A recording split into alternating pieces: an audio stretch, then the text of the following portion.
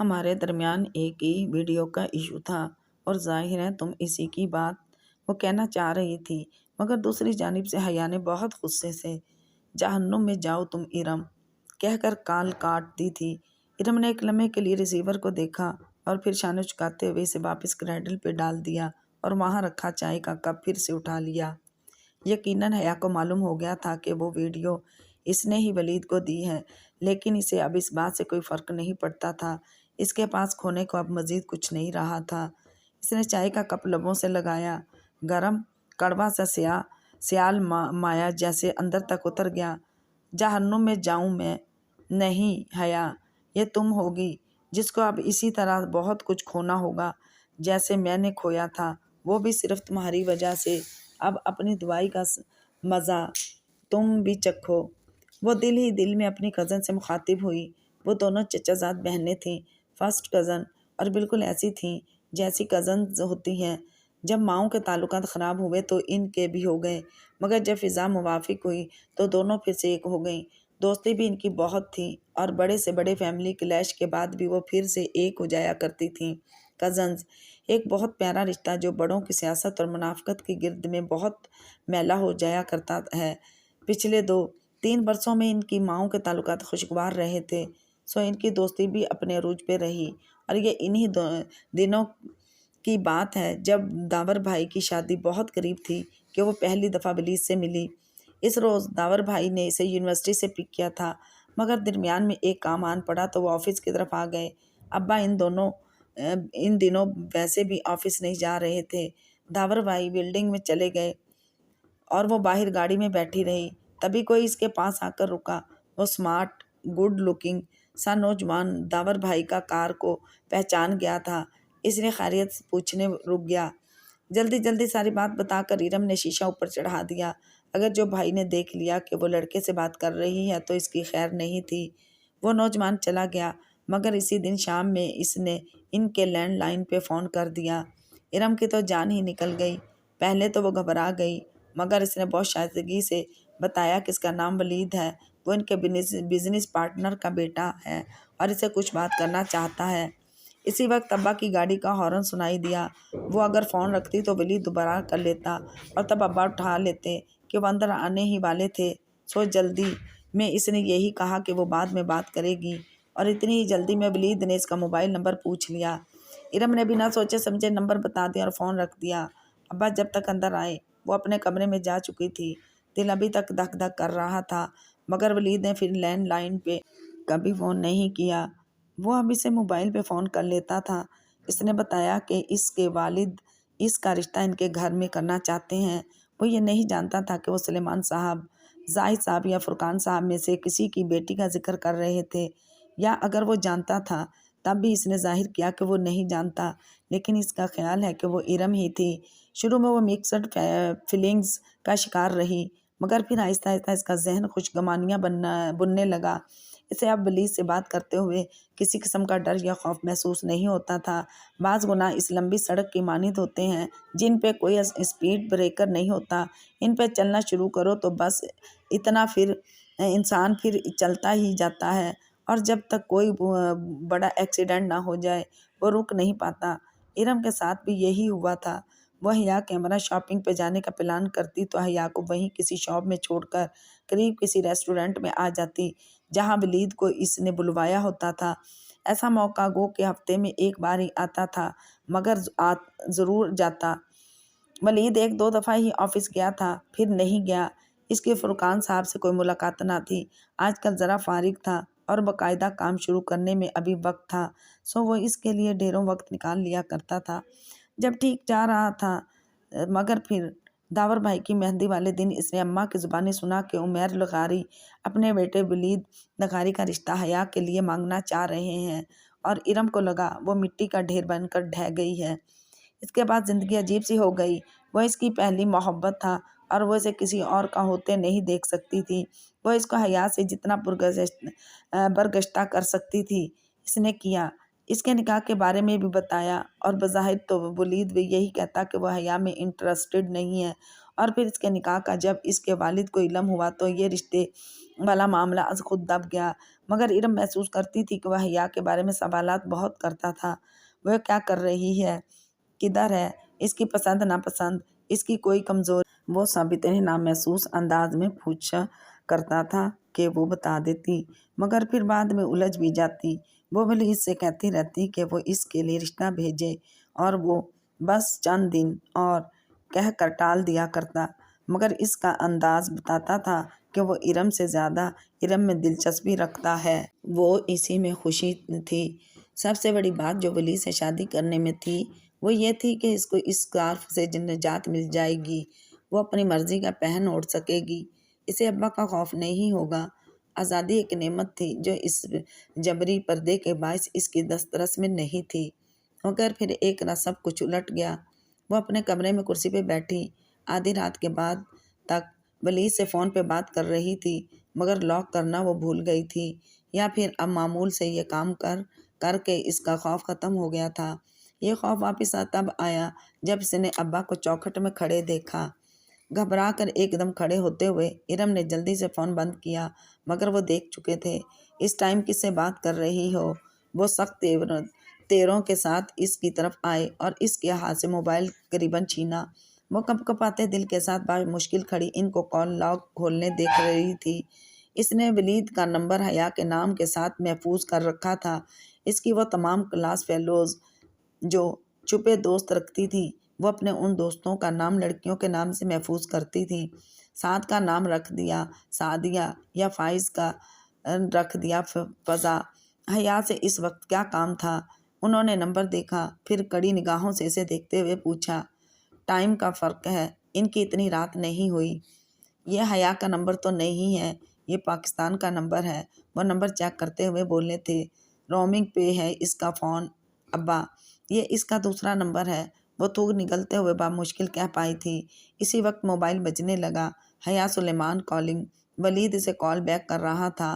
کبھی ایسی صورتحال پیش جو نہیں آئی تھی، سو وہ سمجھ نہ سکا کہ ارم نے کال ایک دم کیوں کاٹی۔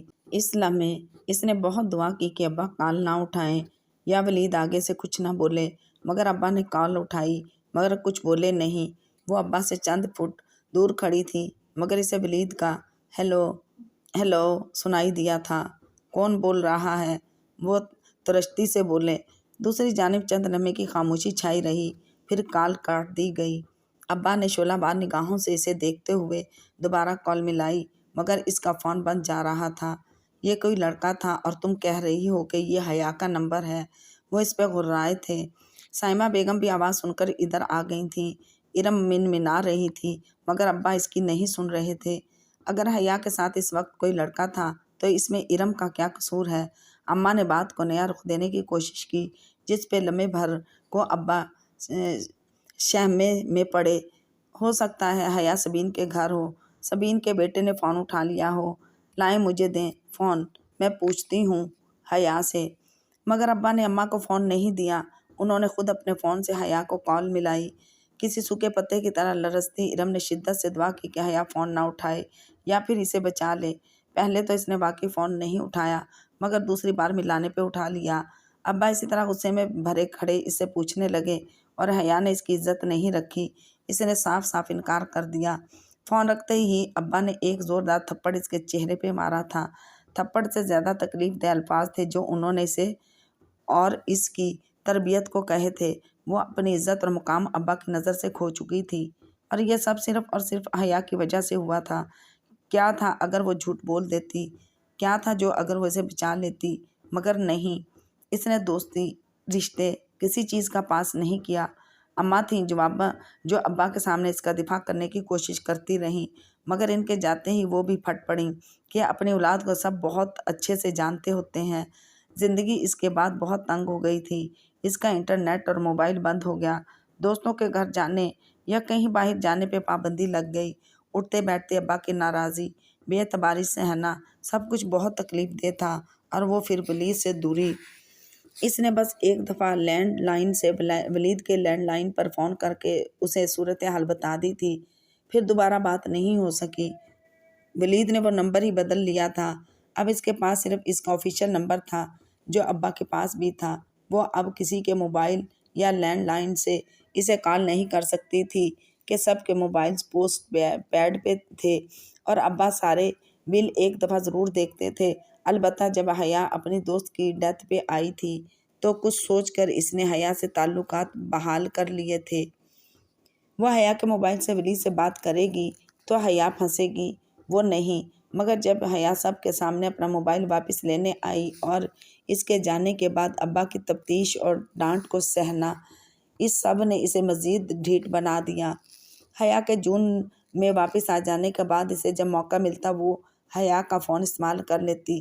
بہت سی دفعہ تو حیا کو معلوم بھی نہ پڑتا تھا، جیسے سکندر انکل کی ڈیتھ اور سلیمان چچا کی بیماری والے دنوں میں حیا اتنی مصروف اور پریشان تھی کہ اسے پتہ بھی نہ چلتا اور اس کا فون وہ استعمال کر کے واپس اسی جگہ پہ رکھ بھی دیا کرتی تھی۔ پھر بھی کبھی کبھی اسے لگتا ولید اس سے بور ہو گیا ہے۔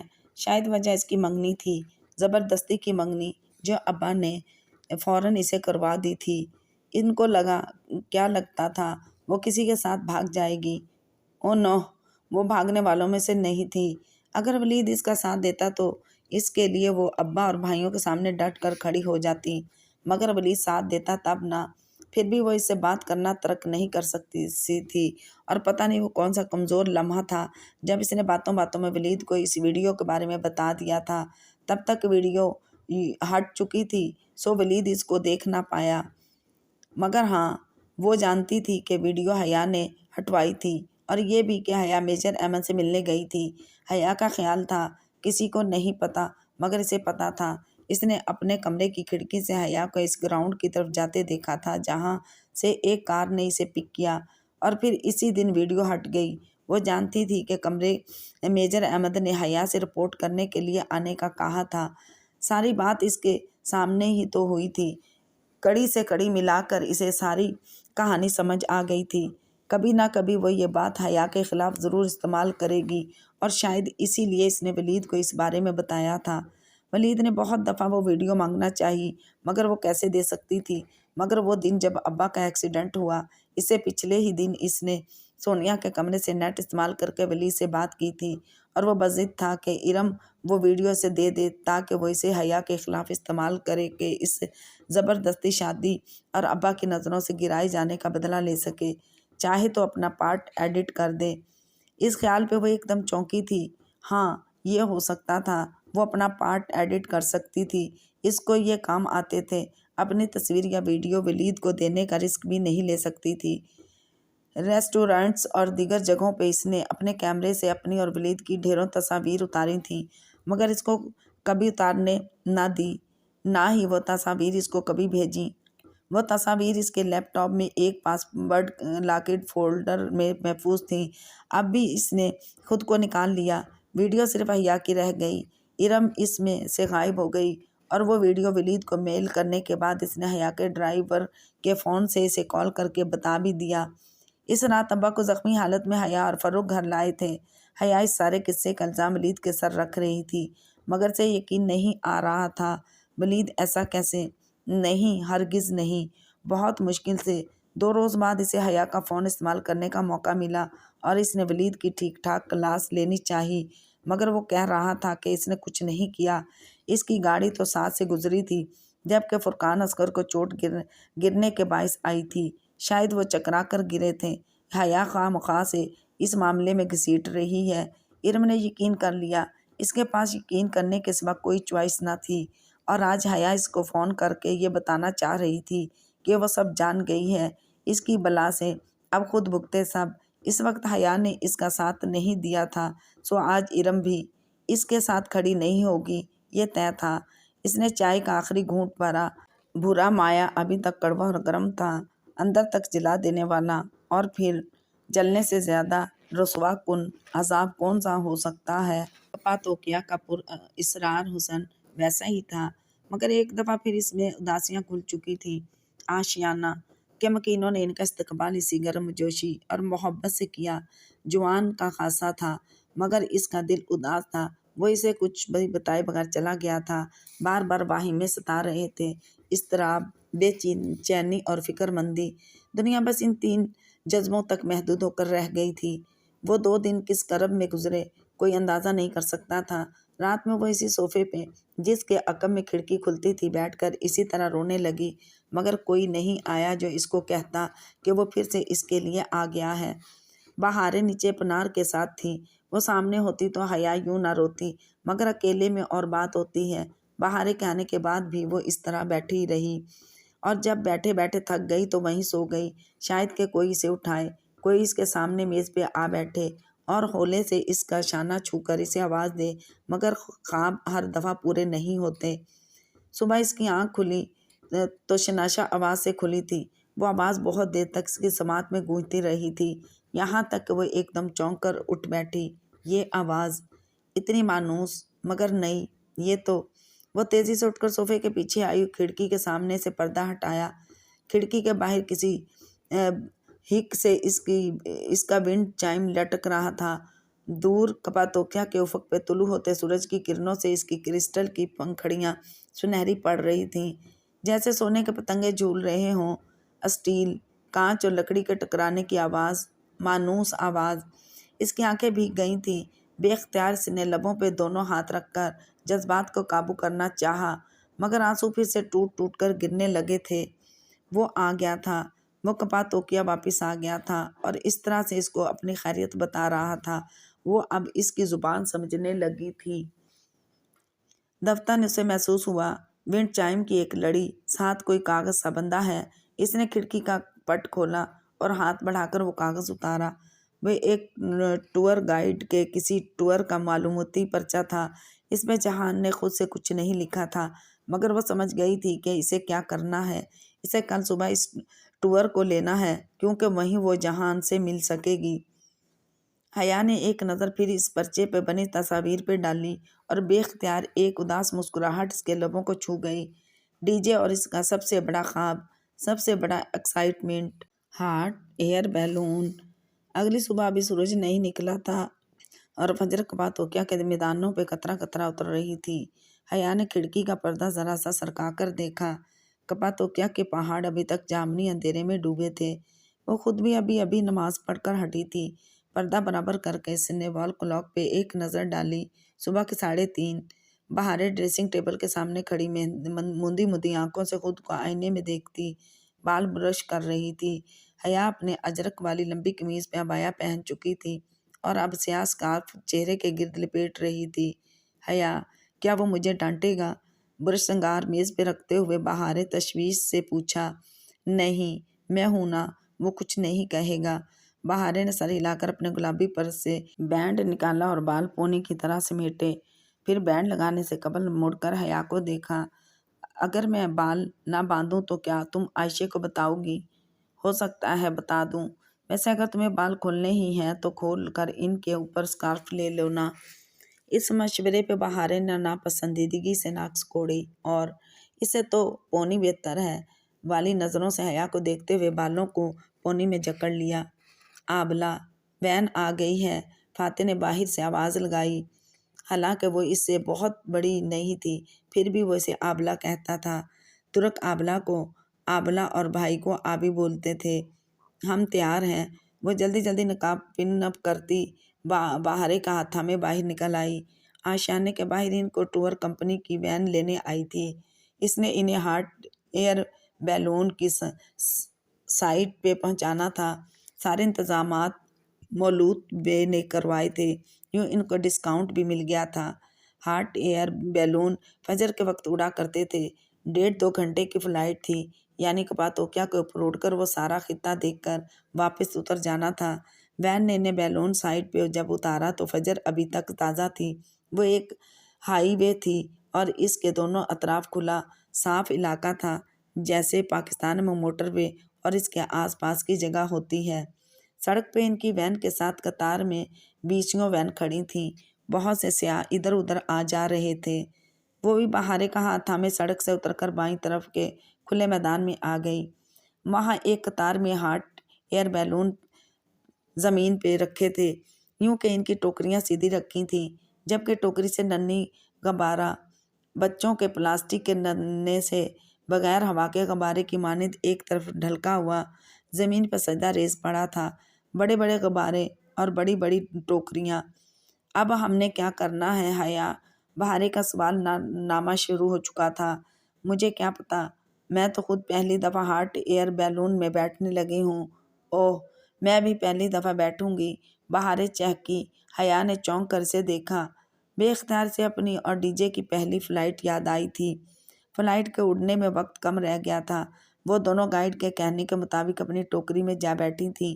یہ 5 سے 7 افراد کی ٹوکری تھی۔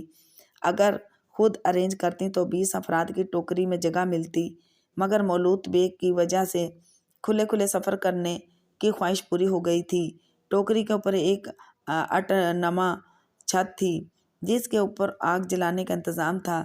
جب آگ جلتی تو گرم ہوا غبارے میں بھرتی اور اسے اوپر اٹھا دیتی۔ فی الوقت ان کا نیلا اور زرد غبارہ زمین پہ بے جان سا ڈھلکا پڑا تھا۔ وہ دیکھو، تبھی بہارے نے اس کی کوہنی ہلائی۔ حیا نے بے اختیار اس طرف دیکھا جہاں وہ اشارہ کر رہی تھی۔ دور سیاہوں کے درمیان وہ چلتا آ رہا تھا، سر پہ پی کیپ، آنکھوں پہ سیاہ گلاسز، ذرا سی بڑی شیو، سفید پورے آستین کی ٹی شرٹ کو کوہنیوں تک موڑے، نیلی جینس کی جیبوں میں ہاتھ ڈالے، وہ سر جھکائے قدم اٹھا رہا تھا۔ بیگ کندھے پہ تھا اور ماتھے پہ پٹی نظر نہیں آ رہی تھی۔ ہفتہ تو ہو گیا تھا اس کے آپریشن کو، اب تک اس کی پٹی کھلی جانی چاہیے تھی۔ وہ ان کے ساتھ آ کر ٹوکری میں بیٹھا اور حیا کو لگا خوبصورت گھوڑوں کی سرزمین کو اس کی ساری رعنائی واپس مل گئی ہے۔ کیسے ہو؟ وہ جہان کی طرح سامنے سیدھی دیکھتی بہت آہستہ سے بولی تھی۔ بہارے ان کے مقابل ہی سر جھکائی بیٹھی تھی۔ باقی کے 2 سیاہ ابھی ٹوکری میں چڑھ رہے تھے۔ ٹھیک ہوں، وہ سامنے دیکھتے ہوئے زیر لب بولا۔ آخری دفعہ سچ کب بولا تھا؟ ابھی 10 سیکنڈ پہلے جب میں نے کہا کہ میں ٹھیک ہوں۔ حیا نے ذرا سی گردن موڑ کر اسے دیکھا۔ وہ اسی طرح سامنے دیکھتا رہا۔ اس کی آنکھ کے قریب انکیوزن کا نشان گلاسز کے سائڈ سے صاف نظر آ رہا تھا۔ اس نشان کے سوا پہلے وہ بہتر لگ رہا تھا۔ کیا ہمیں یہ ظاہر کرنا ہوگا کہ ہم تمہیں نہیں جانتے؟ وہ دوبارہ چہرہ سیدھا کیے اسی طرح مدھم سا بولی تھی۔ جب تک بیلون اوپر نہیں چلا جاتا تب تک۔ ہاں، پائلٹ اب بیلون کے اڑنے کا اعلان کر رہا تھا۔ ٹوکری اطراف اور چھت سے کھلی تھی سوائے اس چھجے کے جس کے اوپر آگ جلائی جا رہی تھی۔ جیسے جیسے شعلے بڑھتے گئے، گرم ہوا اس میں پھنسے ہوئے غبارے تک پہنچی گئی۔ زمین پہ اوندے منہ گرا غبارہ ہولے ہولے پھڑپڑانے لگا۔ کیا میں پوچھ سکتی ہوں کہ اس دن تم بغیر بتائے ہاسپٹل سے کیوں چلے گئے؟ نہیں، وہ اتنی قطعیت سے بولا کہ وہ بالکل چپ ہو گئی، مگر ہوا ہوا اب ڈھلکے ہوئے غبارے کو اٹھانے کی صحیح کر رہی تھی۔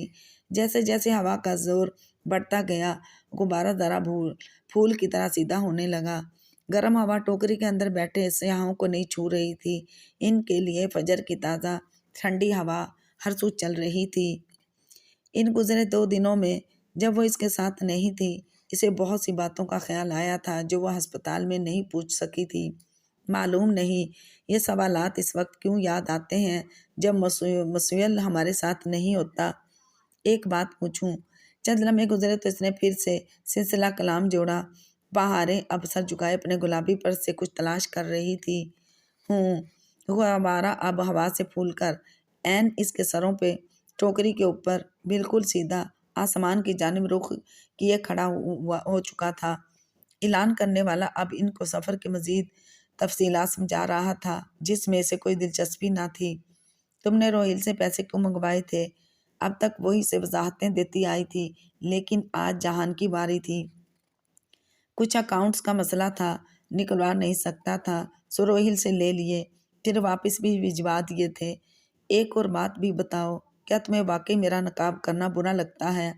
میں نے کب کہا برا لگتا ہے؟ وہ دونوں دھیمی آواز میں باتیں کر رہے تھے۔ غبارہ گرم ہوا سے بھر چکا تھا، اتنا زیادہ کہ وہ زور لگا کر اب ٹوکری کو ہوا میں اٹھانے لگا تھا۔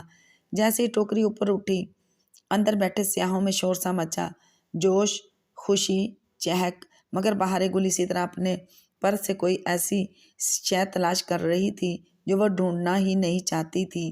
میں نے تو یوں ہی ایک بات پوچھی تھی، اگر مجھے پتا ہوتا کہ ارم سن رہی ہے تو میں ایسا کبھی نہ کرتا۔ اور تم نے مجھے برگنگ میں اس لیے بلایا تھا کہ میں تمہیں پاشا بیگ کے ساتھ دیکھ لوں۔ ہاں، مگر میں چاہتا تھا کہ تم میرا مسئلہ سمجھو، نہ کہ مجھے برا سمجھو۔